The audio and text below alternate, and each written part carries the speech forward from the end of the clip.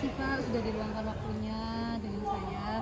Nah, sebelumnya bisa Bapak berkenalkan nama Bapak siapa? Oke, nama saya Muhammad Tarik Abdullah Warahma, dulu saya sempat mengajar di SMA 9 dan juga SMA BSS. Oh, sama SMA apa Pak? BSS Brawijaya Smart Oh, School. Brawijaya Smart School. Oke, Pak Davin, saya mohon maaf ya sebelumnya, tapi terima kasih sudah meluangkan waktu untuk saya wawancara kali ini. Dan boleh saya bertanya beberapa pertanyaan Pak Davin? Oke Pak Davin, untuk pertanyaan pertama ya Pak Davin. Pak Davin, boleh tolong dideskripsikan dan juga dijelaskan nih kegiatan rutin saat mengajar itu seperti apa sih? Rutin ya, kalau dari hari Senin biasanya kebetulan jam saya ada jam pagi, jadi saya tetap ikut upacara, tetap ikut acara wadha atau ada acara lain. Tapi kalau hari-hari lain biasanya saya, karena saya tidak hanya menggantikan saja, jadi saya hanya masuk pada jam tertentu saja, jadi tidak hari pagi. Oh, oke, I see. Oke, terus selanjutnya ya Pak Davin, bisa Pak Davin ceritakan nggak nih apa namanya your experience yang membuat Pak Davin itu merasa seperti menjadi benar-benar menjadi guru gitu? Ya, saya merasa jadi seperti guru itu saat saya berhasil misal membantu atau mengajarkan murid-murid yang memang dasarnya itu penasaran, tidak hanya soal nilai tapi memang mereka penasaran soal bahasa-bahasanya. Oh gitu. Oke, kemudian Pak Davin, saya mohon maaf juga ya. Terus gimana sih menurut Pak Davin menjadi guru itu seperti apa? Menurut saya jadi guru itu saat saya bisa membantu murid-murid yang kesusahan. Oh gitu, berarti mungkin Pak Davin di kelas sering ditanya Pak ini apa gitu. Oke, gitu ya Pak Davin. Terus gimana ya? What values that guide your teaching practice nih Pak Davin? Ada gak guide-nya gitu? Value-nya ya, I suppose value yang saya tekankan itu kemanusiaannya, jadi keadaan individu ini terhadap keperluannya mereka dalam mempelajari bahasa Inggris. Oh berarti Pak Davin objektif gitu ya ke satu anak lainnya kebutuhannya dibilang. seperti apa gitu ya. Oke. Kemudian nih Pak Davin, gimana nih Pak Davin dalam cara menghadapi tantangan saat mengajar? Mungkin kan saat mengajar kan banyak tantangannya ya. Tiap kali saya menemui tantangan ya, biasanya sih saya lebih ke excited, lebih ke semangat untuk mencari-cari tahu gimana cara menyelesaikan masalah ini. Oh begitu, jadi sama Pak Davin nggak dibawa pusing gitu ya, malah seneng gitu ya. Oke, menarik nih. Terus kemudian gimana sih momen apa yang bikin Pak Davin itu bangga menjadi guru, tapi juga momen yang bikin Pak Davin itu nggak pengen jadi guru gitu? Ada nggak Pak mungkin? Ada lebih ke ragunya ya, keraguan menjadi guru ya adalah saat birokrasinya sekolah mungkin mempersulit saya mengajar ataupun mengacaukan planning saya dalam mengajar.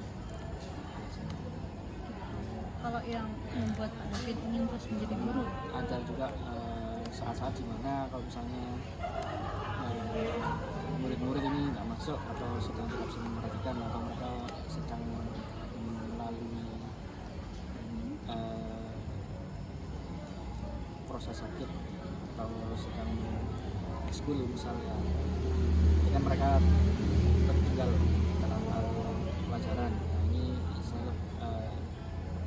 saya yakin sebenarnya saya bisa buat follow up mereka, gimana caranya biar mereka nggak ketinggalan. Oh, berarti Pak Davin guru yang baik ya. Oke, kemudian Pak Davin, terus gimana Pak Davin mendefinisikan identitas guru? Menurut Pak Davin, guru tuh gimana ya? Menurut saya harusnya guru ini sebagai fasilitator ya. Jadi bisa dianggap sebagai pengajar ataupun juga, tapi lebih untuk fasilitasi saja. Oke, jadi guru itu lebih ke untuk memfasilitasi belajarnya siswa gitu ya. Oke, Kemudian Pak Davin, 3 lagi nih Pak Davin. Bisnis selesai. Oke. Strategi apa yang menurut Pak Davin itu sangat penting dalam pembentukan identitas guru? Guru ya, oke. Strategi sebenarnya selama fokusnya strateginya itu dalam kemauan gurunya ini dalam mendengarkan siswa atau at least memperhatikan masalah mereka, itu sudah cukup untuk membangun identitas gurunya. Oh, berarti kita sebagai guru tuh harus mendengarkan keluh kesah siswa gitu. Kemudian Pak Davin, gimana nih apa menurut Pak Davin suasana kelas yang seperti apa yang membuat Pak Davin tuh merasa lebih keprofesionalisannya gitu? Balik lagi ya tadi soal birokrasi, jadi mungkin ada saat dimana siswa-siswa itu kesulitan tidak hanya dalam materinya itu sendiri, tapi mungkin dalam pengerjaan tugas, mungkin dalam pemahaman cara guru menilai. Mungkin mereka lebih bisa diyakinkan dengan transparansi ya, lebih nunjukin mereka gimana caranya menilai, gimana caranya pelajaran ini dilaksanakan, agar mereka juga lebih tahu, lebih yakin jadi bahwa yang dilakukan di sekolah ini emang profesional.